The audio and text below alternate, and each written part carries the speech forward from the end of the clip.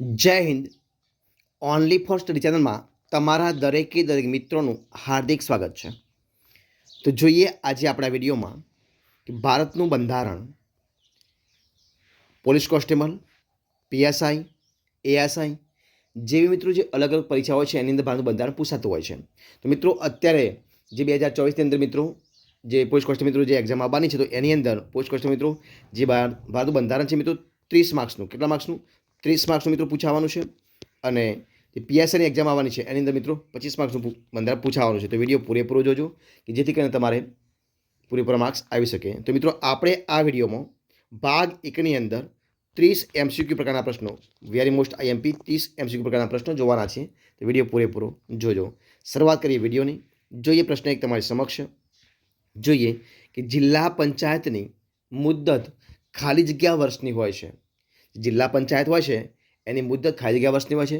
તો જવાબ આવશે મિત્રો ઓપ્શન બી 5 વર્ષની. ઓપ્શન બી જવાબ આવશે 5 વર્ષની હોય છે. જવાબ આવશે ઓપ્શન બી મિત્રો. આપણે સીધા જવાબ જોઈશું, વધારે ટાઈમ ન થાય એટલા માટે. તો જવાબ આવશે ઓપ્શન બી જવાબ. જોઈએ પ્રશ્ન આગળ બીજા નંબરનો. ત્યારબાદ જોઈએ પ્રશ્ન કે લોકસભામાં ગુજરાતની કેટલી બેઠકો છે? અને મિત્રો જે આ પ્રશ્ન છે એ પ્રશ્ન જીપીએસસી પ્રિલિમ 2017ની અંદર મિત્રો આ પ્રશ્ન પૂછાઈ ચૂકેલો છે. તો લોકસભામાં ગુજરાતની કેટલી બેઠકો છે? જવાબ આવશે ઓપ્શન બી 26 બેઠકો છે. કેટલી છે? 26 છે. ઓપ્શન બી જવાબ આવશે 26. ઓપ્શન બી જવાબ 26 બેઠકો છે. જોઈએ પ્રશ્ન આગળ આપણે કે સંયુક્ત યાદીમાં કેટલા વિષયોનો સમાવેશ કરવામાં આવ્યો છે? તો જવાબ આવશે ઓપ્શન સી 52. કેટલા વિષયો? 52 વિષયોનો જવાબ આવશે ઓપ્શન સી 52 વિષયોનો સમાવેશ કરવામાં આવ્યો છે. જોઈએ પ્રશ્ન આગળ. ભારતનું ઝંડા ગીત કયું છે? તો જવાબ શું આવશે મિત્રો?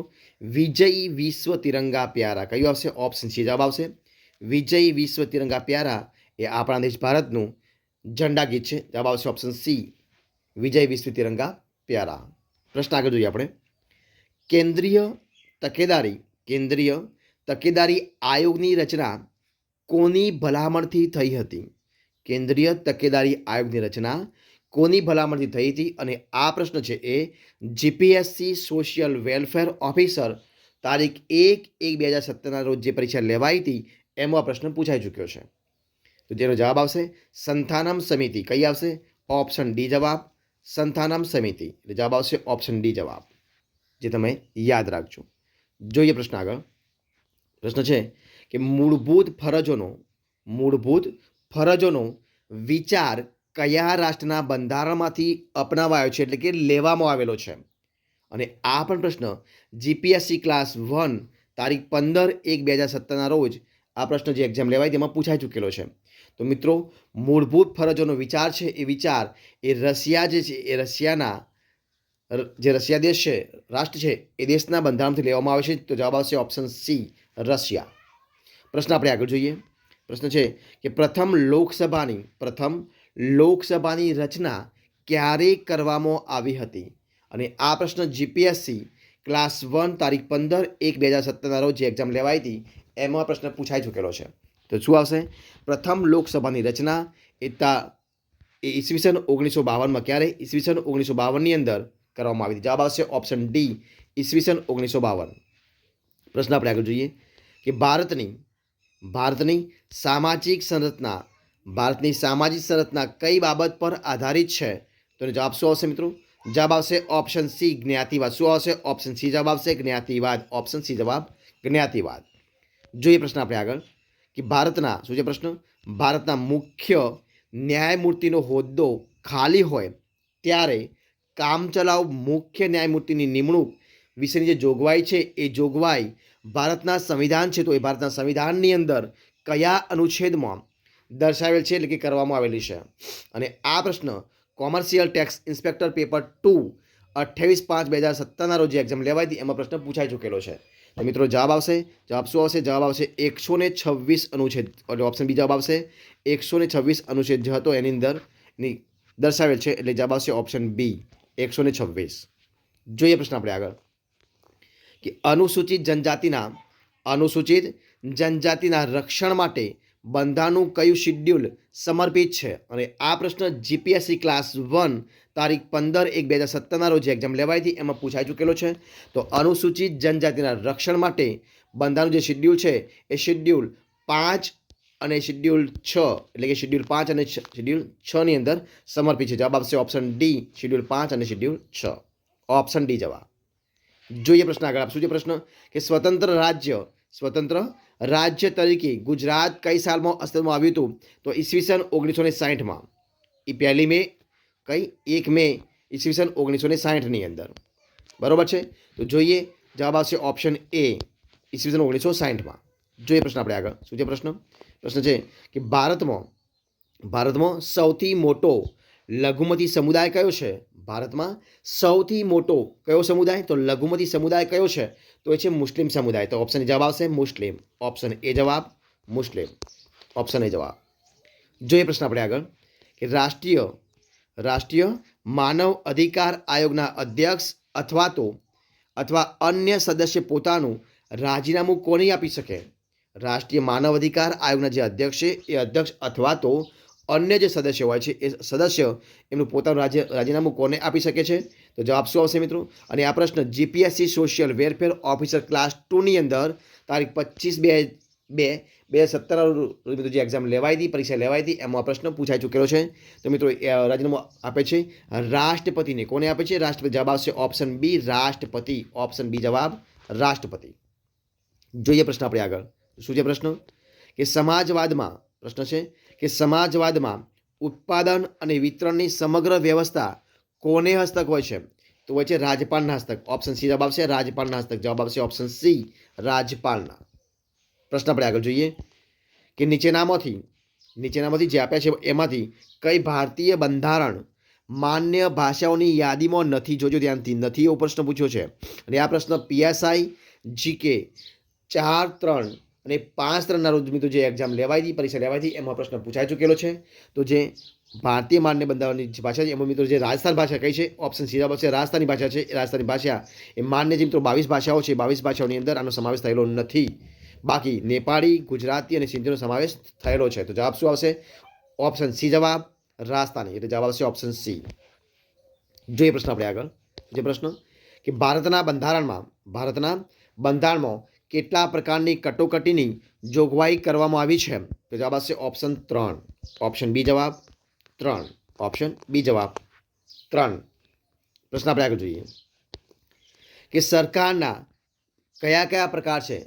તો સરકારના મિત્રો 3 પ્રકાર છે. કયા? લોકશાહી, સામ્યવાદી અને રાજાશાહી. એ સરકારના 3 પ્રકાર છે. એટલે કે ઉપરોક્ત તમામ આપણો જવાબ આવશે ઓપ્શન ડી જવાબ.